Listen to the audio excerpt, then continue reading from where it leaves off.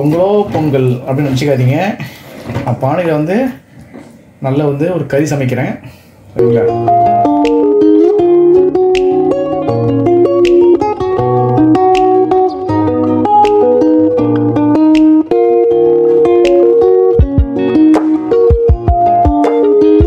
Friends, சூப்பரான mutton கறி செய்யலாம் வாங்க. அதுக்கு ஒரு பானையில் இது வந்து ஒரு 400 grams மட்டன்,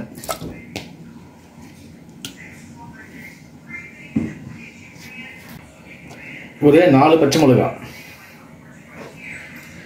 இஞ்சி பூண்டு இதுமாரி நறுக்குனது, ஒரு 5லேருந்து 6 பல்லு பூண்டு, ஒரு துண்டு இஞ்சி. சரிங்களா? தக்காளி கூடவே வெங்காயம், ஒரு மீடியம் சைஸ் வெங்காயம் நல்லா இதுமாதிரி கட் பண்ணியிருக்கேன். கூடவே கொஞ்சம் கருவேப்பிலை, கொத்தமல்லி, புதினா, கல்லுப்பு கொஞ்சம், குழம்பு மிளகாய் தூள் காரத்துக்கு ப்ளஸ் திக்னஸ்க்கு, மட்டன் மசாலா ஒரு 2 டீஸ்பூன். ஓகே, இது நல்லா மிக்ஸ் பண்ணி விட்ருங்க. அந்த மசாலா மட்டனு எல்லாம் உள்ளே போய் அந்த இது நல்லா கோட் ஆகும். சரிங்களா? பானை சின்னது தான், கொஞ்சம் அட்ஜஸ்ட் பண்ணிக்கோங்க. இது மஸ்டர்ட் ஆயில், கடுகு எண்ணெய்.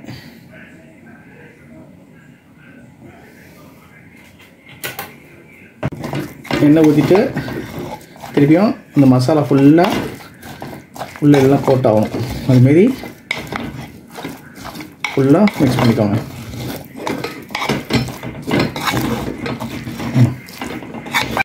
பொங்கல் அப்படின்னு நினச்சிக்காதீங்க. நான் பானையில் வந்து நல்லா வந்து ஒரு கறி சமைக்கிறேன். சரிங்களா? சரி, நான் அடுப்பை பற்ற வச்சிட்டேன். இது அப்படியே மூடி வச்சுருங்க.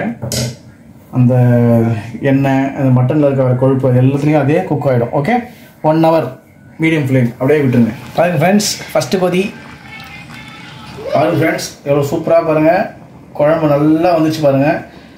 இந்த ஸ்டேஜில் நம்ம ஒரு பெரிய சைஸ் உருளைக்கிழங்கு மாரி கட் பண்ணி போட்டுருங்க. உருளைக்கிழங்கு போட்டால் இன்னும் ஒரு சூப்பரான டேஸ்ட் வரும் உங்களுக்கு குழம்புக்கு. போட்டுட்டு அப்படியே மூடி திருப்பி வச்சுருங்க. இன்னும் ஒரு 1/2 மணி நேரம் அப்படியே. ஓகே ஃப்ரெண்ட்ஸ், முடிஞ்சிடுச்சு, ஆஃப் பண்ணிட்டேன். ஸோ பானையில் இருக்கிற சூடுலேயே உங்களுக்கு பாருங்கள் அந்த குழம்போட இன்னும் அந்த இது ஸ்டாப் ஆக பாருங்கள் கொதிக்கிறது. சரிங்களா? அவ்வளோதான், அப்படியே மூடி வச்சிடலாம்.